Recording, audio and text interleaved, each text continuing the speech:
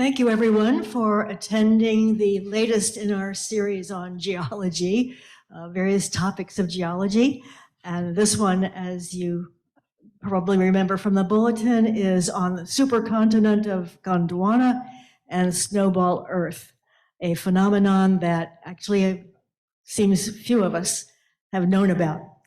Our speaker this afternoon is Professor Joe Meert. He's a professor of geological sciences at UF, whose research focuses on supercontinent formations in the earliest periods of life's origins, the Proterozoic and Cambrian periods, 2.5 billion and 500 million years ago. In recent years, his interest has included Gondwana, a supercontinent encompassing South America, Africa, Antarctica, India, and Australia, and how this ancient geography influenced climate, biosphere, and plate tectonics. He is the director of the UF Paleomagnet. No, I didn't have a drink at lunch. He is the director of the UF Paleomagnetic Laboratory, where he has led research into the origin, structure, and evolution of the Earth's magnetic field. His research using the magnetic signature of iron-bearing minerals to identify a region's ancient geographic locations has taken him and his teams to remote areas of Kazakhstan, Siberia, India, and Africa. Dr. Meert has published well over 200 articles. He took his PhD in geological sciences from the University of Michigan, was an associate professor at Indiana State for 7 years, during which he was a visiting scientist at the Norwegian Paleomagnetic Institute. He joined the UF Department of Geological Sciences in January of 2002. So welcome, Professor Meert.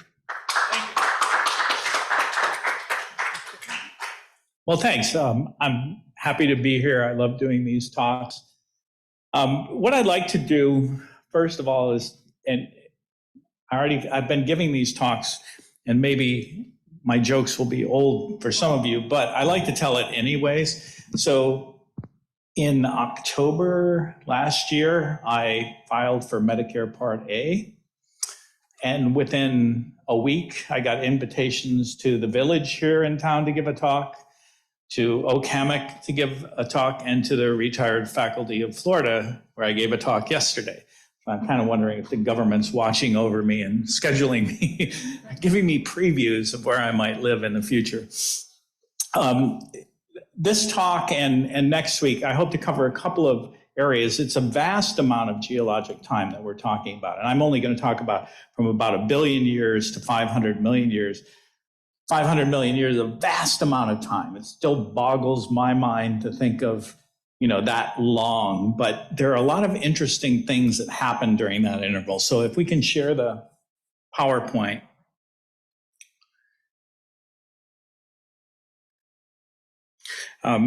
There's a couple of things of interest to me in particular, and that's why I gave it the title of this lesson, A Frosty and a Small Fry.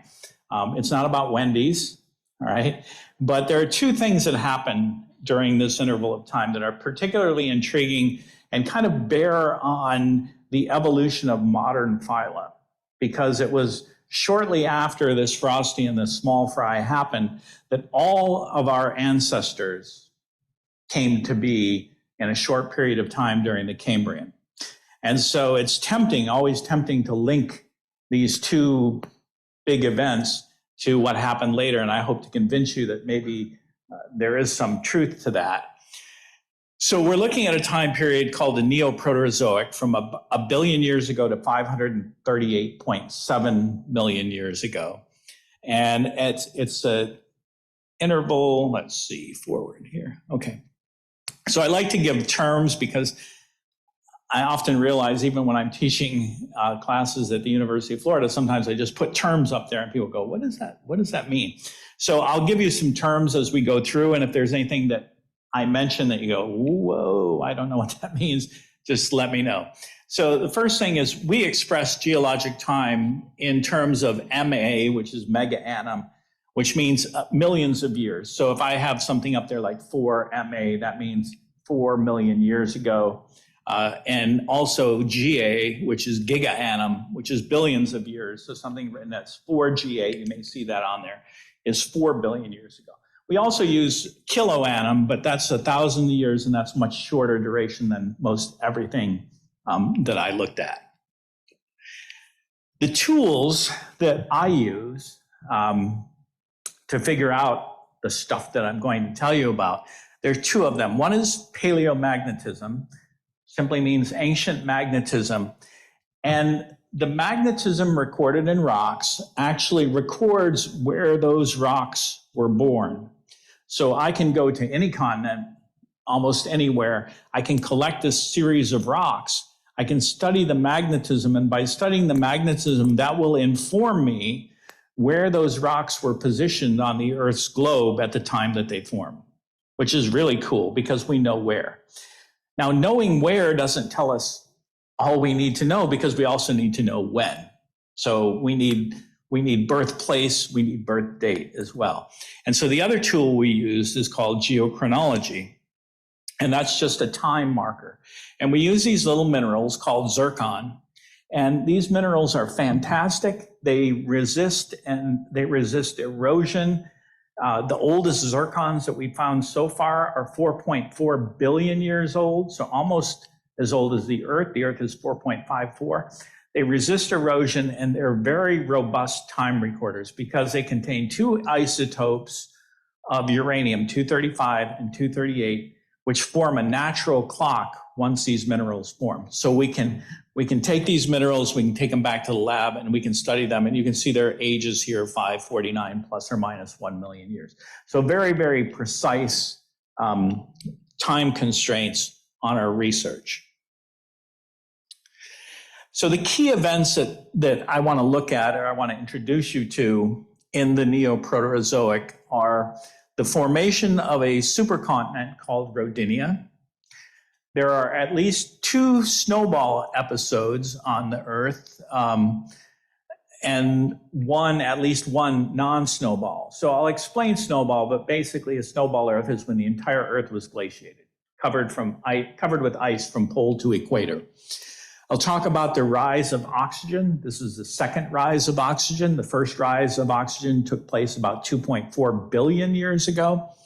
The advent of animals, the metazoans, these are our ancestors, and they arose at the end of this interval. The formation of perhaps formation of a supercontinent called Pannotia, very, very brief and debated whether it existed, but I'll let you know that. And then the formation of the Gondwana continent, which Phyllis introduced you to, and something that you might say, well, bacterial mats, that doesn't sound very appealing. And indeed, bacterial mats are not very appealing. Think of them as slime. If you went to the beach at this time period, you would be walking on slimy bacterial molds. That ended. And I'll tell you why next week, why we think that ended, and why that actually cleared the ecological space for modern phyla to evolve, and eventually for us to be here at OCAMIC listening to this talk. And then the birth of the inner core in the Earth and the hyperactive magnetic field. So something happened to the magnetic field. And again, I'll talk about this more next week, but I want to preview it because the magnetic field is a protector of life. If we didn't have a magnetic field, we would be bombarded by cosmic rays, by solar protons, basically, which are harmful. They cause that, on the first order, they cause DNA damage. That's why we wear sunscreen. But if we didn't have a magnetic field, we'd be in harm's way. And in fact, the planet would probably be sterilized and we wouldn't be here. So this development of the birth of the inner core and this strange behavior of the magnetic field, I think also played a role in getting us to where we are today. But I'll talk about that more next week. Okay, so you might be asking yourself a couple of questions. One is, what is a supercontinent? And the second is, how do supercontinents form? Well, a supercontinent, my definition of a supercontinent, is if more than 75% of the Earth's land area We don't know what the oceans were back then. But if 75% of the Earth's land area is connected, so you could presumably walk from, say, from Florida all the way to Australia without having to cross the ocean. Okay, that's a supercontinent. And the way they form is simply due to the dynamics of the mantle, which is hot, and the mantle pushes around the material. And you can think on a random walk, if you were just randomly walking around this room, if we all stood up and randomly walked around this room, at some point, if we closed our eyes, there would be a bunch of us that were getting close to one another, and eventually we would break apart. But it's not truly a random walk because it's driven by thermal energy in the mantle. So we can imagine that a supercontinent forms as all these continents get together. And then what happens, it puts a lid on the mantle. And the Earth is always sweating. It's always trying to get rid of heat. So as this supercontinent forms, it immediately blankets the mantle, and heat begins to build up under the mantle, much like if you put a lid on a pan and boil water. If you put on the heat high enough, eventually you'll throw that lid off of the pan as the water boils over. Same thing happens inside the Earth, and that we start to heat up that mantle, and eventually the stresses cause part of that to break apart, and then the supercontinent breaks apart, the continents begin to move again, and eventually they will form another supercontinent. So this happens on about a 500 million to 600 million year time scale. Yes? Do the separate little parts of NGO, do they actually have magnetism that, between the masses that they can try to coalesce? So, yes. So the question is, do the little pieces have magnetism between them that causes them to coalesce or to break apart? So the important thing here is that the magnetic field is a recorder, not a driver. So the magnetic field just tells us what has happened, how the continents have moved. It does not move the continents. It tells us how they move. But yes, every continent will have rocks on it that will form either as sediments or as igneous rocks coming out of volcanoes that will then record where they were at that particular time. With Pangaea, with younger rocks, we also have oceans, and oceans are no older than 200 million years. So when we go beyond 200 million years, we lose that ocean signature. But the oceans have little magnetic stripes on them that also act as a recorder that tell us when the continents have moved apart. We can reverse it and put them back together. Generally, we hold questions to the end. Okay, that's fine. Sure. So the Rodinia supercontinent, this was proposed in 1989 by a couple of paleontologists called McMenamin and McMenamin. And their idea was that this supercontinent, first of all, gave birth to all subsequent supercontinents, but also that as this supercontinent broke apart, the ocean margins that surrounded the land as it broke apart became the birthplace to modern animals. So they gave it the name Rodinia, which is from the Russian prefix rodit, which means to beget or give birth to. And data supporting this supercontinent during the Meso-Neoproterozoic, well, when continents collide, they form big mountains. India colliding with Asia today formed the Himalayas. Africa colliding with Southern Europe created the Alps.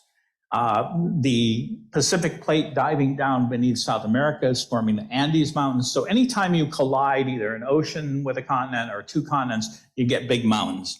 And so what we see in the rock record is we see evidence of these mountain chains between 1.1 and 0.9 billion years ago formed all around the globe, and we can kind of piece them back together. We also see during the breakup, we see record of what are called rift basins and passive margin sequences. All these are when the continents break apart and the ocean begins to fill in, it deposits sediment, sand, and carbonate limestones, just like we see in Florida today. Those are called passive margin sequences. So we see evidence of both the coming together of Rodinia and also the breakup. And we also have a number of geologic, geochronologic, and paleomagnetic evidence that are supportive but a bit divergent on the exact makeup of the supercontinent. So we know there was a supercontinent. We're a little unsure as to where all the pieces fit, but we have a pretty decent idea. So this is kind of a recent map of what Rodinia looked like, and I'll just call your attention to a couple of things. Laurentia is the same thing as North America, and it's kind of in the middle of the Rodinia supercontinent. This formed at around 1.1 billion years ago and began to break up about 750 million years ago. So some interesting things here. You can see that East Antarctica was off what is now the present-day coast of California. You could walk, presumably you could walk from anywhere in North America through Antarctica over into India, down into Madagascar. Or if you went in the other direction, you would end up in South Africa and South America. And if you went to the east, you would end up in parts of, this would be the northern part of South America, Amazonia, Baltica, which is northern Europe, and then West Africa over here. So this is what we think approximately. There's some debate about this, but approximately this is what Rodinia looked like. When Rodinia broke apart, if you remember from that cartoon, the continents begin to move around again. And as they move around, it's hypothesized that a very, very short-lived supercontinent followed at about 580 to 570 million years ago. And that one is called Pannotia. And the debate is still out on that. And if it did exist, it didn't last very long. Rodinia lasted several hundred million years. This one, if it did exist, only lasted about 10 to 15 million years. So it's very hard to track. But basically, this assembly here, I'll show you this. This is called Gondwana. So Gondwana assembled and was attached to Eastern North America. It kind of, everything came off of this coast and wrapped itself around the globe and formed into Gondwana and attached itself to North America. Okay, and then at the end, between 580, the time that Pannotia formed here, we went to 550 and then to 500, and we had this Gondwana continent existing from about 580 million years ago all the way until the breakup of Pangaea. So it's probably the longest lived continental assembly, large continental assembly that we had, called Gondwana. So that's kind of what happened in terms of tectonics. Here's Gondwana. Again, you can see this is South America. This is Africa, India, Madagascar, Sri Lanka down here, the East Antarctica, and then parts of Australia. And for those of you in the audience, Gondwana is actually quite important to where we live, because prior to, let me see, go back here.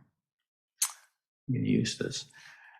Prior to the breakup of Gondwana, Florida sat right in here. So Florida, we can trace its history back to Africa and South America. So the land that we live on is basically, if we dig down deep into the basement, what we find are not North American rocks. We find African and South American rocks. And when Pangaea broke apart, Florida was left behind. Peninsular Florida was left behind. That's kind of cool. I'll show you if this works.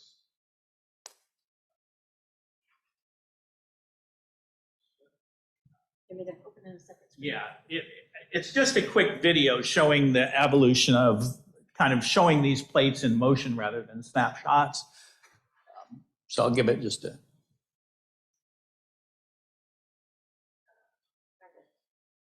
Wanted to copy the. If I go to YouTube, can you direct me to it? Probably not. You try. It's okay. I can also, I know it's recorded and I can send these notes to everyone.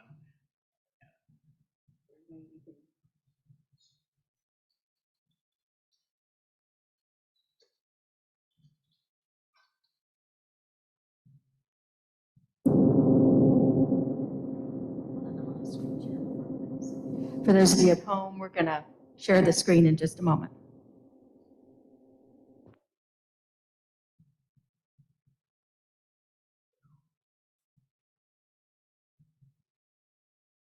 Well, we can look at this one.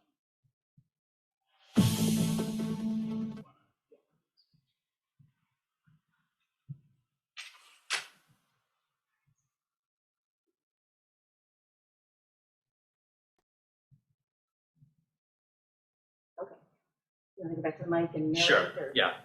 So this isn't the same one, but this is going backwards in time from 500 back to a billion. So we're running the clock backwards. There's Pan-Ocean. Now we're looking, we're heading back, and you're watching in reverse, you're watching the breakup of Rodinia at about 750 million years.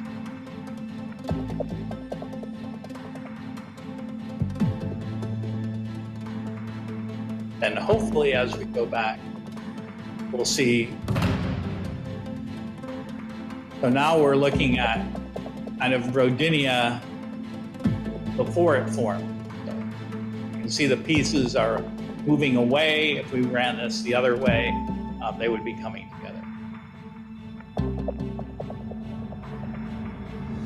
There was no dramatic music back then, by the way.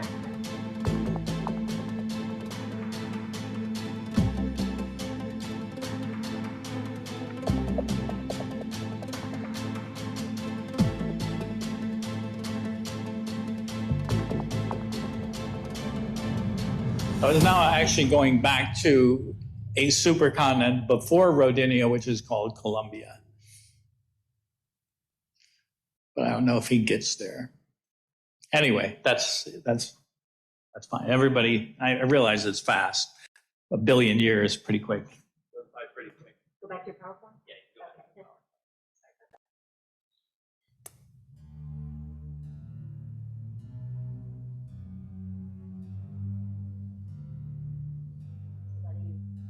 Yeah, okay. Okay, and what's interesting is during the breakup of Rodinia, something strange happened on Earth. It had happened once before. It had happened at about 2.2 billion years or so, but it really kind of blossomed during the breakup of Rodinia. So again, these are some terms, and the terms are tillite that I'm going to use. And tillite is a type of sedimentary rock that, oops. I forgot to close that. Okay, and it's, Hear the music, please. okay, yeah.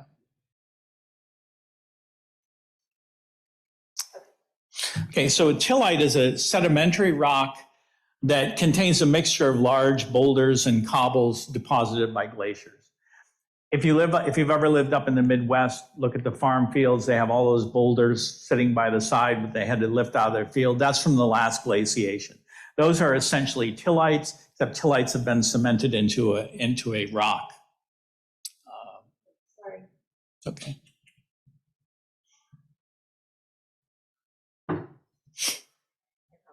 No problem.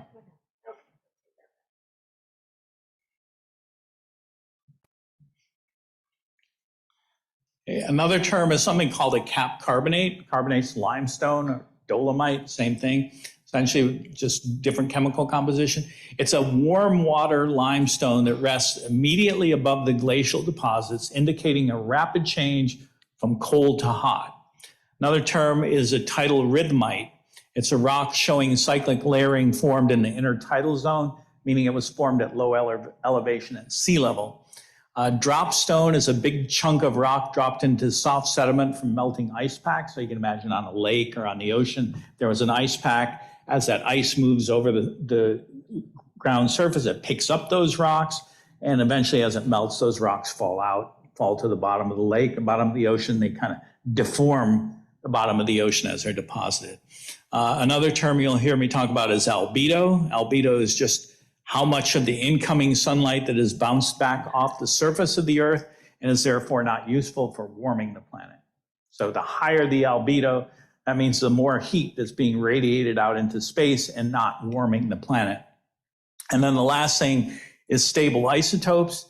Isotopes are elements with the same chemistry, so they behave just like you would expect them to behave, but they have a different atomic mass, okay, slightly different atomic mass. So there are heavier and lighter isotopes of carbon and oxygen that we actually use to trace climate change. We do that in the modern world as well. They're very good tracers. They tell us about precipitation. They tell us about cold and warm spells. So these are the kind of tools that were used to figure out the snowball Earth. Oh, No, it's not working. Yeah.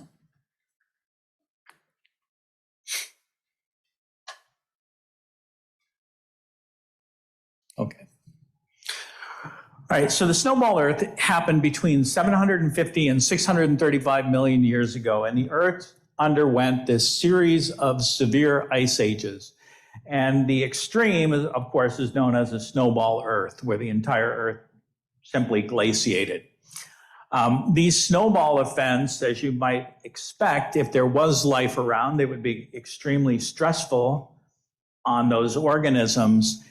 And it is likely that massive extinctions, and when I'm talking about massive extinctions here, I want to put that in perspective, because the animals that were around then were very, very simple. They were not animals like dinosaurs or mammals. They were very, very simple organisms. But nevertheless, these extreme climatic conditions provided a stress on their environment and therefore either drove them to extinction or reduced the size of their communities and forced them as a population to evolve traits that would help them survive these snowball events.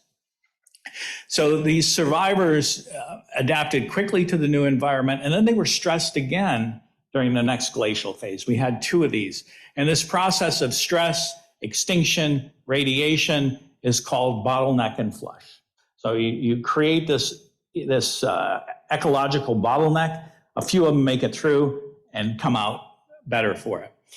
Here's a picture of some of these glacial rocks.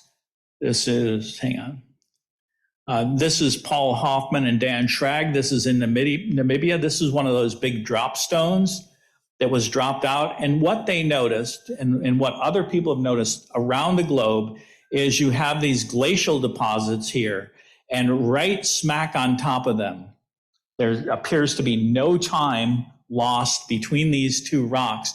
You see these warm water carbonate rocks, cap carbonates.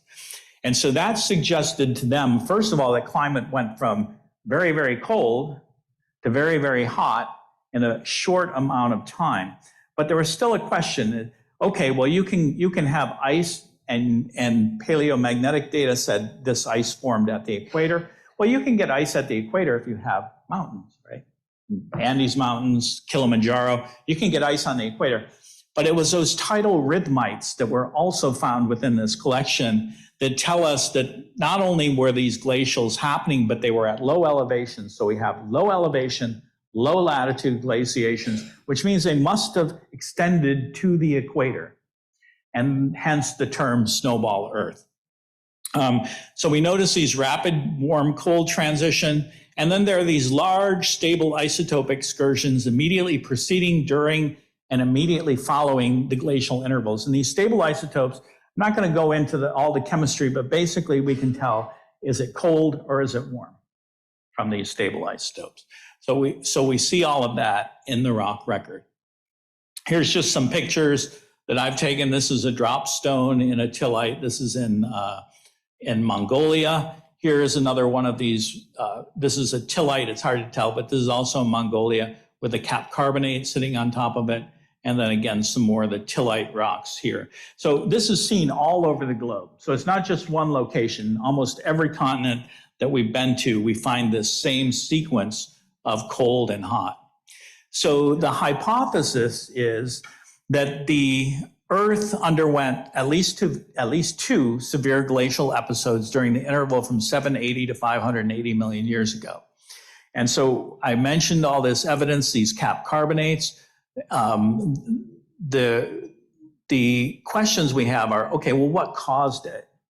And even if you don't, if a planet ices over, essentially all the solar energy coming into that planet, 90% of it is bounced back out into space. So theoretically, if the Earth snowballed, it would never recover. So we would be stuck in this frozen state. But here we are, learning about the snowball Earth, and we don't have ice outside, thankfully. So what happened? What drove the planet to snowball? What allowed the planet to come out of the snowball? And why hasn't it happened again? Okay. If you've heard anything about global warming, you might know the answer to this. And what is the reason for most global warming? Carbon dioxide. So it's going to play a role. So there are these 5 stages now of Snowball Earth. And the first is that for some reason we started to grow ice caps, just like we have in the past. And I'll explain to you why we think that they went crazy. And first of all, we have to understand there was no life on land, just simple life in the ocean. So when we actually go back and model this, we don't have to take into account all that biology, because that biology messes things up. There's lots of feedback loops. But back then there was just rocks and water and a few very, very, very simple animals.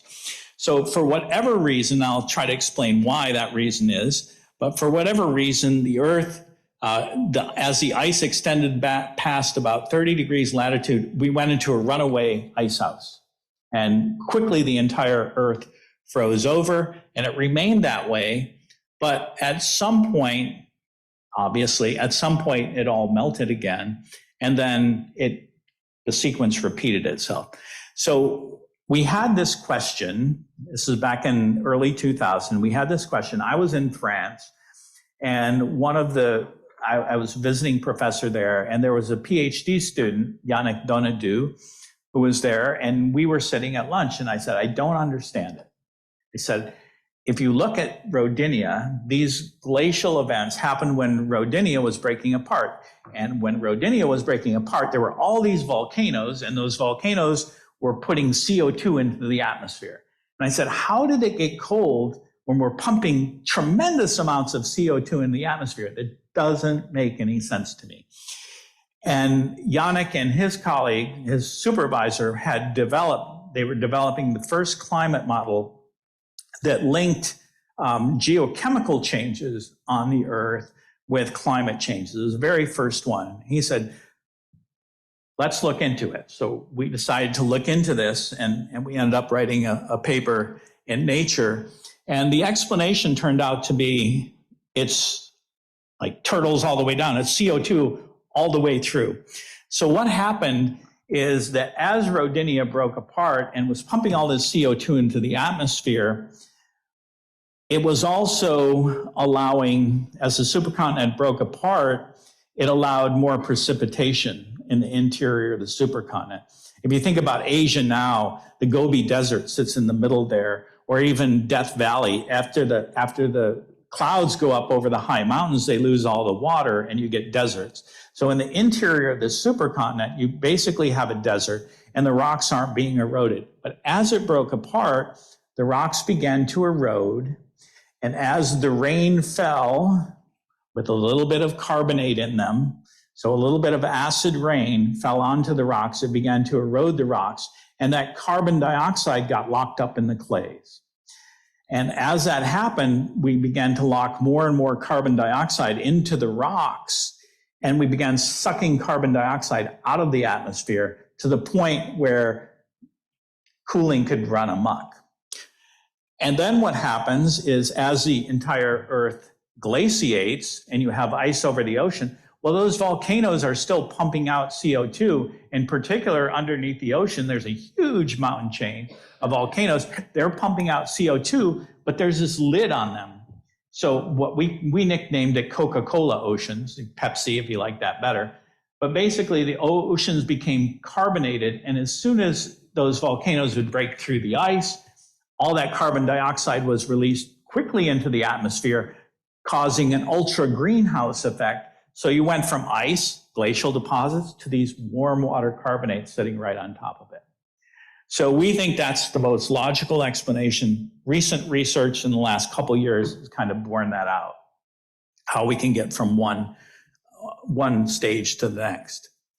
So if we look at this in terms of the start, we can kind of look at these stable isotopes, and they tell us when they go very, very negative, what it's telling us is that the only carbon dioxide being delivered into the system is from the mantle. So it's just volcanogenic. There's no other carbon being delivered. And that's when we get into these snowball glaciations. And then after we come out of it, the carbonate record goes high, and then it goes back to normal, and then it repeats itself. So we have these extremes where this CO2 continues to build up under the ice until it reaches a critical phase about 350 times today's level. So you talk about global warming. This was super global warming. And then you might get additional methane, which is another greenhouse gas. And the hothouse, so the average global temperatures during this warm-up phase were 50 degrees centigrade. During the snowball phase, when it was completely iced over, it was actually quite pleasant, right around freezing. But before everything froze, it was not so pleasant. It was average temperatures would have been about minus 40 degrees. So you can imagine if you're a living organism at that time, you're going to be quite stressed. But this happens, this melting happens quite quickly, on the order of a few thousand years. So we see this ice, boom, then we see this very, very warm period. So stable isotope signatures, it predicts several. It predicts that inorganic, this is carbon, again, don't worry about the chemistry. It should reduce to near mantle levels during global refrigerations because biological productivity has slowed or stopped. So all we should see is whatever carbon's being delivered to the system is coming from those volcanoes. And in fact, that's exactly what we see. It's called -6 per mil. That's a classic signature of mantle volcanism. And we don't see any evidence for biological productivity. We also can look at strontium, which is another isotope. And in this case, this ratio of 87 to 86 should drop. And it should drop because now once everything's covered with ice, we're no longer weathering the material. And so we're not adding this strontium 87 into the seawater. And so it will kind of drop. And then after the glacial, it's going to spike again as the continents begin to weather. It's exactly what we see. And then the values should trend more positive during the late cap carbonate period of deposition. Again, this is after everything starts to melt, biological productivity picks up, and we start seeing that mantle signature muted in the rock record, which is exactly what we see. Okay, so that brings us a question of what triggered the snowball Earth. Here are the two snowballs here, the Sturtian glaciation, which is the older one. This time interval is called the cryogenian because it's so cold. And then the younger one is called the Marinoan. And then the last one is called the Gaskiers, which probably wasn't a snowball. And we'll talk about what happened during that interval of time as well. All right, so here's our model of what we think happened. So this is what Rodinia looked like at 750 million years ago. You can see it's already started to break apart here. Most of the material here is rifted off the western margin. There's still quite a bit of Rodinia left here. And we have oceans covering both polar regions. We don't have any evidence that there were continents occupying the polar regions at that time. And as carbon dioxide began to decrease, it began to trigger cooling and formation of ice sheets at the poles. And then continued cooling causes something called the Budko effect, which is just once ice reaches 30 degrees latitude, the albedo, the sunlight reflected out, becomes so high that the planet goes into a runaway ice house. Okay.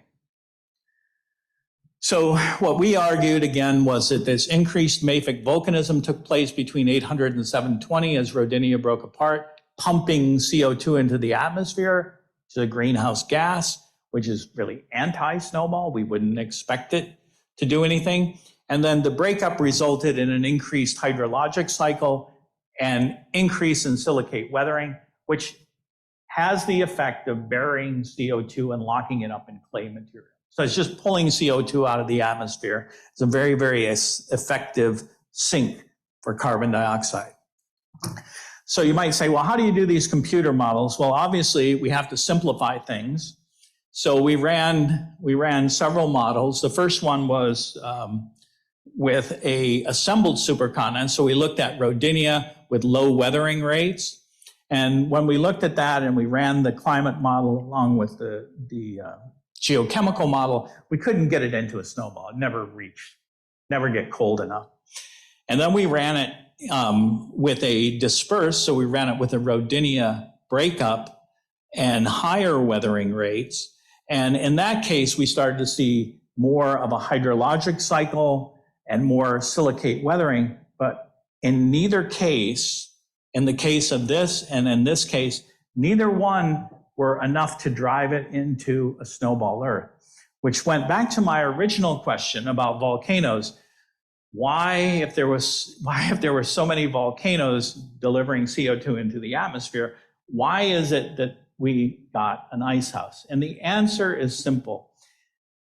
Most of that volcanism is basaltic, which means the simplest explanation is it's darker, it's less happy at the Earth's surface, it's more easily eroded. And in fact, you have to have that. You have to have the volcanism coupled with this dispersed supercontinent in order to get the snowball Earth. So when we ran the models, again, this shaded part is where we need to reach in terms of carbon dioxide concentration to get us to the snowball Earth. This is with a supercontinent, so this is just like when Rodinia was formed, and you can see our carbon dioxide levels are quite high. We're nowhere close to getting snowball. And even when we break it apart, but we don't add volcanism, we can draw down CO2, but again, we're not close to getting a snowball Earth. When we do add, TRAPS is just another name for volcanism. When we add that volcanism, that basaltic volcanism into the equation, then we can drive down CO2 to levels required for a snowball Earth. So it's counterintuitive, at least my original idea was we can't get there. And in fact, the reason we get there is precisely the reason I said we couldn't get there. So it's kind of an interesting learning experience for me as well. This snowball Earth, it happened twice. And at the end of the snowball Earth, 635 million years ago was the last snowball. And after that interval, it never happened again. And it probably will never happen again. And the reasons are many, but mainly because of biological activity. So all of the biological activity that we have here on Earth, it provides a nice feedback loop. Normally, there's a nice harmony between carbon dioxide sinks and sources. And so the planet, for most of its time since the snowball Earth, has been quite happy. There have been times when it's warmer, times when it's cooler, but overall it maintains a healthy balance. There's no runaway greenhouse and there's no runaway ice house anymore. The planet has stayed pretty much in balance, with one exception, and that's recently, where the source of carbon dioxide is artificially being increased and the environment driving us towards warmer climates much, much more quickly than Earth does it normally. Okay. All right, and then the Marinoan snowball was the last one, 635. There were these two younger glaciations that took place at 580 and 550 that were not. I say they may not have been snowball. They are now, we know very well that they are not snowball. They're just normal type glaciations like we've had throughout Earth history. And what's interesting is that there are these strange multicellular organisms that begin to pop up in the fossil record shortly after the Marinoan snowball event. In fact, these organisms are so different from anything we've ever seen prior to this. When we look back in the old record, we see lots of blue-green algae. We may see a few sponge-looking organisms, but almost everything is very, very small. Nothing like what we see today. And following the Marinoan, I say following about 50 million years after the Marinoan, we start seeing these really strange animals that we've not seen since, and we still don't know what they are.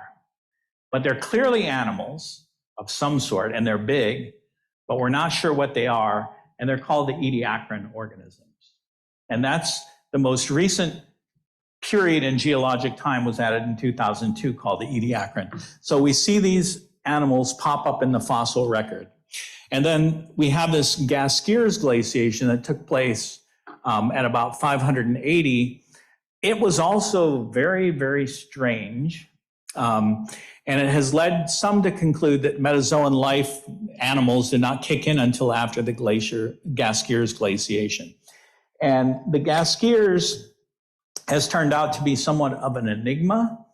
amongst geoscientists and amongst paleobiologists, because we see something, it's called the Shram anomaly. And I talked about carbon dioxide going negative down to mantle values. Well, here, the carbon dioxide levels drop even way below mantle values. Something really strange happened during the Gaskir's glaciation. And again, that's part of the focus of next week's talk. But after the Gaskir's glaciation and after some of these extinctions, then we start seeing the blossoming of modern life on Earth. So this Del 13 anomaly is just something that's not normal, and it turned very negative, and no one is sure why, but the idea is that an oxygen increase drove the removal of organic carbon and the formation of carbonate. So it was locking it up, and then for whatever reason, we think that oxygen levels dropped again quite rapidly shortly after, and led to some other interesting things. So here's, this is just a picture of some field work from a place in Kazakhstan called Mali Karatau. And you can see here one of these drop stones is evidence for glaciation in these rocks. And we also found this very, very large negative isotope excursion here called the Shram. And then we start seeing, following that anomaly, that Shram anomaly, we start seeing different types of fossils in the rock record. So in that interval between about 635 to about 540 million years, the Earth underwent some really interesting changes. Now you may think the snowball Earth is pretty interesting, is that the Earth froze over, but in terms of biology and evolution, something happened in that interval that changed the face of the globe and actually allowed modern phyla to evolve and to develop. And that is what I'm going to talk about next week. So I'll stop there and let you ask questions, any questions you may have. I know it's hard to go through 500 million years of Earth history in 1 hour.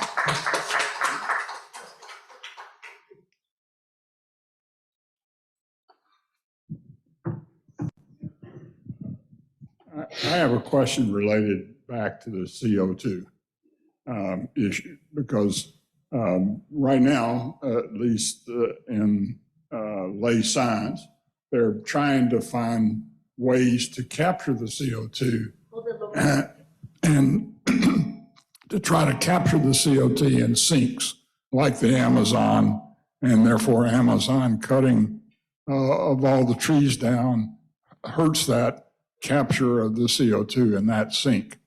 But what I'm also curious about is they want to pump the CO2 from gas wells back into the earth. And I'm kind of interesting to think about the sink of being the earth, that we could actually pump it in to increase the pressure in oil wells, for example, or fracking. And I'm just having a hard time thinking about, do we really want to continue to capture the CO2? Or do we want it to try to stabilize itself at a certain level, just to stay in this mid-range between these two events of either too hot or too cold? Mm-hmm. Yeah, so carbon sequestration science, which is what you're talking about, is actually a really hot topic. And I'm only going to give you my opinion on that. In studying Earth history, like in deep time, what I've discovered is that the Earth is great at creating its own natural balance. And whenever we've disturbed that balance through human activities, things have gone wrong.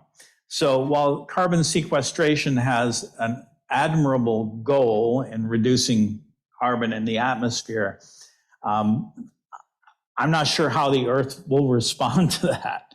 And so I'm a little bit leery of a lot of this. I'd rather see the Amazon refurbished because of the beautiful carbon sink, and keep our green spaces and let the Earth balance it out. If we can slow down what we're doing, the Earth is a remarkable planet in that it will find a way.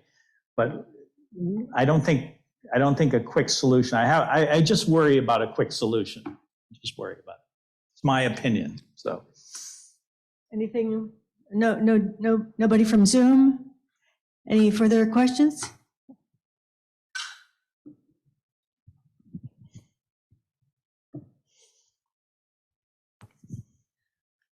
Yes, I wanted to ask, in addition to all the things you were describing, those continents and supercontinents were also moving latitudinally. yes. And I would have thought that too would have greatly changed the temperature and likelihood of glaciers and so forth. But maybe I don't understand. You understand perfectly. You understand perfectly. Yes. So I mentioned this briefly, but I mentioned there were no continents at the poles at the time of these glaciations. And in order to trigger a glaciation, one of the things you need to trigger is someplace for it to nucleate. So for example, the continent of Antarctica is a great nucleation place for ice, Greenland. So when you have nothing up there, you kind of need some other way to explain it. But yeah, the natural drift of continents into higher latitudes, those are going to have generally colder climate. But this is a weird time because we don't have continents at the poles.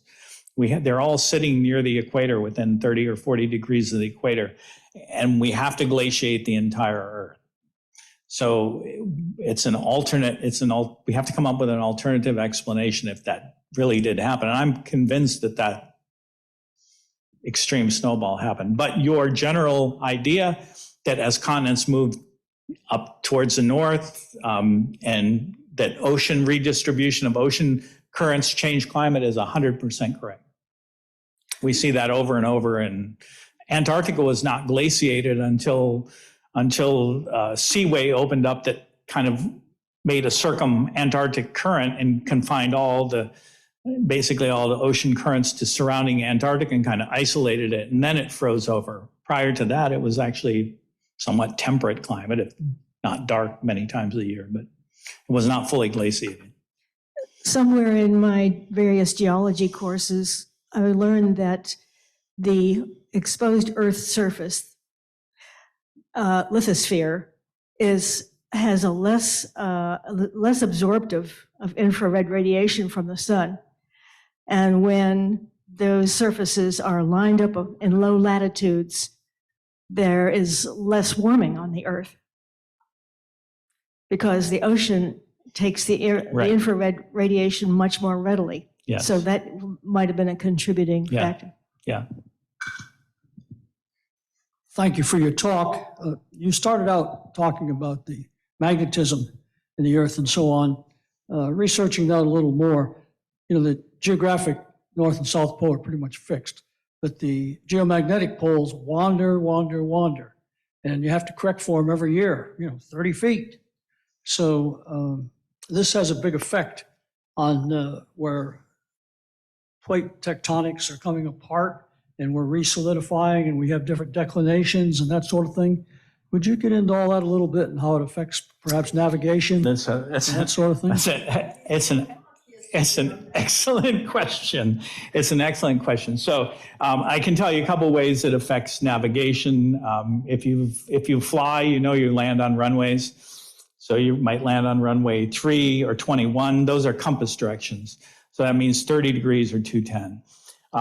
As the magnetic pole moves, they have to adjust those runway numbers so that they're accurate with the magnetic direction.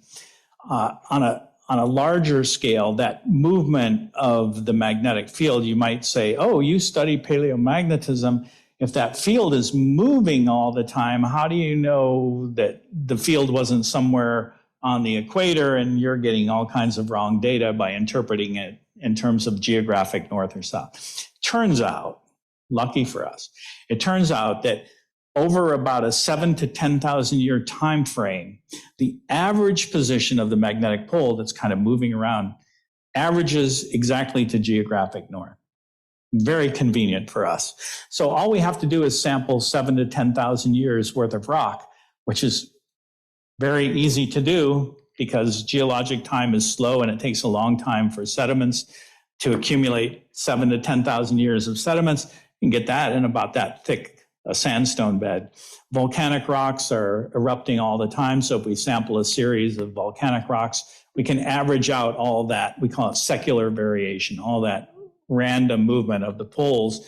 And it's been studied over and over, and it just almost perfectly coincides with geographic north or geographic south. So we think that paleomagnetism works really well because of that. I have a dumb question. In all these things that you see the big changes in temperature on the earth and all, is there any potential solution there to our current problem? I mean, is there any parallel, anything you can extrapolate from there that we can use now to get out of that mess? Yeah, it's a good question. The problem in looking back this deep in time is that we're missing a lot of the variables that help control climate today. Back there we had a barren land surface. There was no, the biological feedbacks to the CO2 cycle are incredible today. We didn't have that. So to try to think about, I guess we could bulldoze the entire earth and get rid of all living organisms, and then maybe it would cool down, but I don't think that's a happy solution. And again, I go back to this idea of humans trying to control climate. I think is very, very, it's a dangerous thing because we don't understand it fully. And so we may think we're solving one problem when in fact we're creating a new problem. So I would like this problem to go away, but I think the easiest solution is to stop putting so much carbon into the atmosphere. I think the earth will heal itself. In other words, stop using fossil fuels immediately. Any other questions? I guess I'm stuck with another variable, which is oxygen. Obviously, oxygen started a long time ago by plant production, and it took a long time for it to build up from very low levels of oxygen until it became, steel and other particular ingredients were able to be formed from the natural iron because of oxygen. And I'm really kind of concerned about if we are using up oxygen, how can we replenish oxygen, which is the very essence of human habitation? Mm-hmm. Yeah. Well, again, we have volcanoes, which are wonderful at delivering all the gases we need and some of the ones we don't need into the atmosphere. They are one of the original sources of oxygen on our planet, and they continue to be a source of oxygen on our planet, along with, obviously, plants, right? So, yeah, oxygen levels have fluctuated quite a bit in Earth history. Also, magnetic fields can be kind of local, as I understand, because there will be maps that have different deflection rates from true north. Right. The magnetic field structure, again, on a short interval of time, you're correct. Over 7,000 to 10,000 years, it looks just like like a magnet stuck inside the Earth. It's kind of cool. And I'll talk a little bit about that next week, and about oxygen. I have a yes or no question, but first a comment that I remember, a word from high school teachings called albedo. And I think you touched on that earlier, the reflectivity of the snowball, et cetera. I'm hoping to use that in Scrabble someday. But the yes or no question, and you've got me thinking of natural features like the Grand Canyon or the Great Lakes that were created by glacial retreat, or the Great Flood we read about in the Bible. Is either that correlated with the time frame of what you mentioned here today? A great flood that might have carved the Grand Canyon in a flash? No. Okay. However, as the many ice ages that we've had in more modern times melted out, there were ice age floods. created the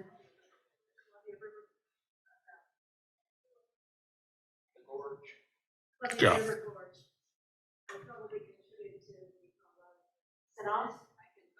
Yeah, the Grand Canyon's much younger.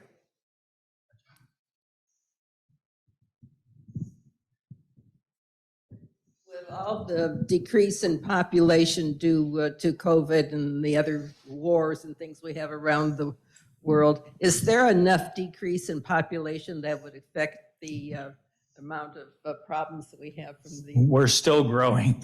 If you look, despite all that, population growth is continuing. It hasn't slowed us one little bit. I had a personal comment to make. Many years ago, yeah, that works now. Many years ago, on a geology field trip to Northwest Ohio, I saw a pair of feet sticking out of a fissure in the quarry wall.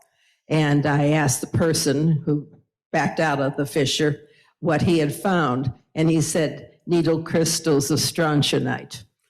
And that turned out to be my husband of 68 years. That's not the usual dating site. Well, good. I think my wife could probably tell some similar stories to that. Get these rocks out of our house. And anybody else? Okay. Well, thank you all very much. Okay. Thank you, Professor Meert. Okay, thank you.